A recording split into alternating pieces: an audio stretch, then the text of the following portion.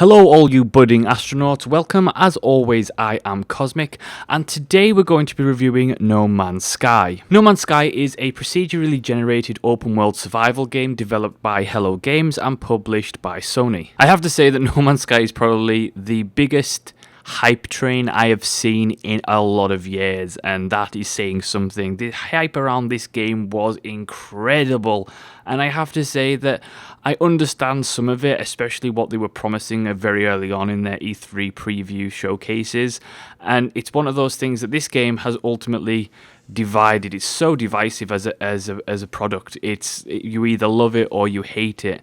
I personally, and I am going to say this right up front before we even get into the mechanics, absolutely hate this game with a passion. Now I'm going to tell you why. So let's start with what's actually in the game. So you start on a randomly generated planet, and your objective is to mine enough fuel to get your ship off the ground, which is fine for a starter thing. And the problem is, though, however, is that when you look at it on paper, it's like, oh, that's a reasonable starter quest.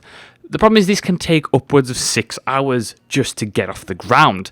So that's 6 hours literally you spend mining and doing nothing but mining and going back and forth from your ship, putting some more resources in, going out again, using your mining laser. And again, that is a lot of time just to spend on one planet from the get-go. Now, once you're off the starter planet, your main objective for the entire game is to get to the center of the universe.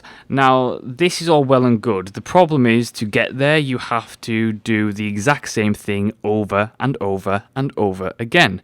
This basically means that you hyperdrive to a system, you hyperjump to a system, then you realize that you've run out of fuel for your ship, so you have to land your ship on a planet and do the exact same thing you were doing for the first 6 hours of the game, which is mining for resources, refilling your ship, taking off, going to the next system, doing the exact same thing over again, and then doing the exact same thing over again.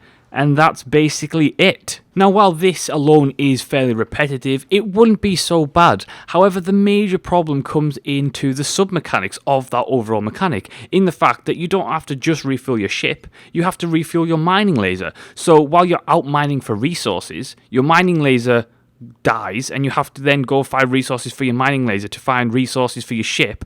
On top of that, you also have hazardous environments, so you can only maybe stay out on the actual planet for, several minutes and a half an hour at a time, and then you have to go back and then come back and then go back.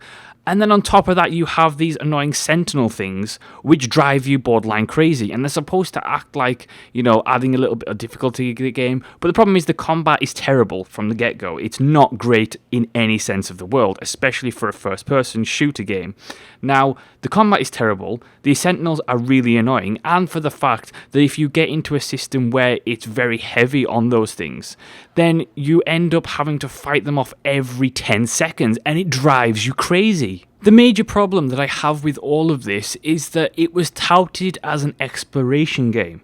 The fun was to explore, discover new things, but you can't here, because what you can explore looks very samey, and even the animals and the flora and fauna that you find is usually just a reskin or, a remashup of the same assets. And it's even less, I would say, it has less variety than Spore, and that's a 9-year-old game. And again, this isn't too much of a big problem, but then you also have a lack of narrative and a lack of overall story. And while there is a story in there, and there are a couple of things to discover here and there, it's not something that's a big point. It feels like an add-on. It feels like it was tacked on after the fact, which means that it doesn't hold any real weight. So then what you're left with is an exploration game that has exploration without the joy of any real discovery.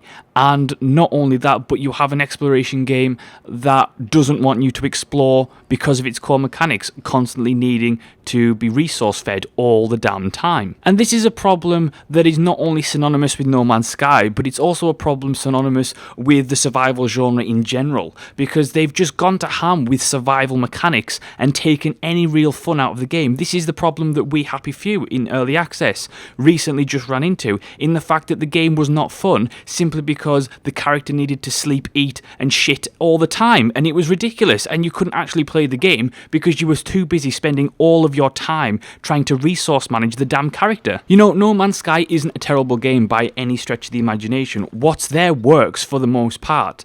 The fact is, it's just shallow. It's devoid of any real charm or life, and it just feels so illusionary, so fake. It just feels a shell of what the potential could have been, and what was ultimately what was actually promised. I mean, let's be frank here, let's be candid.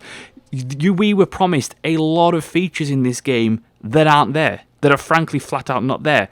Multiplayer was even touted up until the game's release, until it was proven false by people who actually played the game.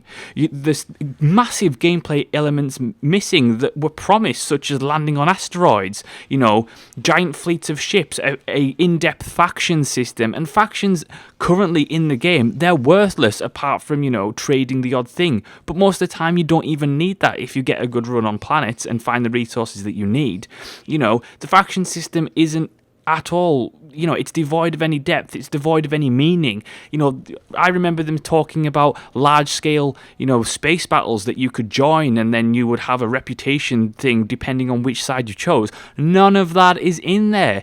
None of it. We're talking about in-atmosphere freighters, things like, the giant ships actually moving and you were able to dock with them. That isn't in there. Massive space stations and giant fleets that you could destroy and then they would be permanently destroyed. None of that is in there. And it ultimately leaves the game, especially when you come in hearing these promises.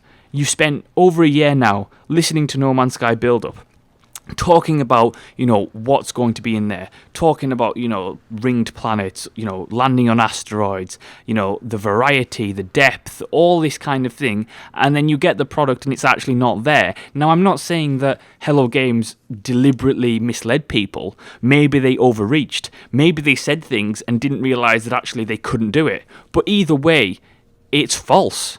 It's ultimately false. And frankly, if this had been a Ubisoft game and Ubisoft had done this, then people would be calling for their heads. And that is a fact. People would be saying Ubisoft have lied once again, because Ubisoft did that all the time at E3. They showed things that never actually ended up in the game. And this has happened once again. Now, No Man's Sky ultimately was a big project. It was ambitious. It is very ambitious. And that straight from the bat said to me, this isn't going to be anything like what they say it's going to be like. Because ultimately, that is exactly what happens every single time when developers promise too much. You never get it. You look at the Eternal Crusade, the new Warhammer 40k MMO. It's not even an MMO anymore. They promised a persistent, third-person shooter, and what we're actually getting is a lobby shooter that's little better than Battlefield. There's just so many features of No Man's Sky that just aren't in the final product. And for a $60 title, you are asking people to pay $60 for this. And to be honest, it is not worth it in the slightest. Don't get me wrong, there are plenty of people out there who will enjoy the survival elements and the content that is in the game. And it's a fun little exploration game for a couple of hours, no doubt about it. But compared to what we were promised, that is a $60 title, what we were promised. What we have currently is maybe a $25 game tops. Tops. There is no way I will recommend anybody, whether you have tons of money to spare or not, to buy this game for $60. It is totally not worth it, flat out. I think that they have completely overpromised, they've completely overreached, and ultimately provided a subpar product that, while it works, mechanically, yeah, sure it works, the mechanics that are in there make the game unfun. They make it ultimately really tedious and monotonous, and going to the center of the universe, it's so contrived. Why do I want to do that? What if I just wanted to go and explore and have a good time? Oh wait, well, what's the point? Because there's nothing there. That's why. That's the only reason that's the only reason you want to get to the center of the universe, is because there's really nothing else to bloody see out there. And so there's no way I can recommend this game for $60. Absolutely no way. And I think that, is it worth picking up on a sale? Maybe 2 years on a Steam sale when it's like $20, $15, sure, why not? Go to town for it. But currently, I think that the game feels like an early access product. It feels unfinished, and ultimately, I cannot recommend it at its current price tag. And that is my No Man's Sky review. Thank you so much for watching and listening. If you have a completely opposite opinion to me, let me know in the comments below. Let me know the reasons why you thought you really loved the game. And as always, I will see you next time.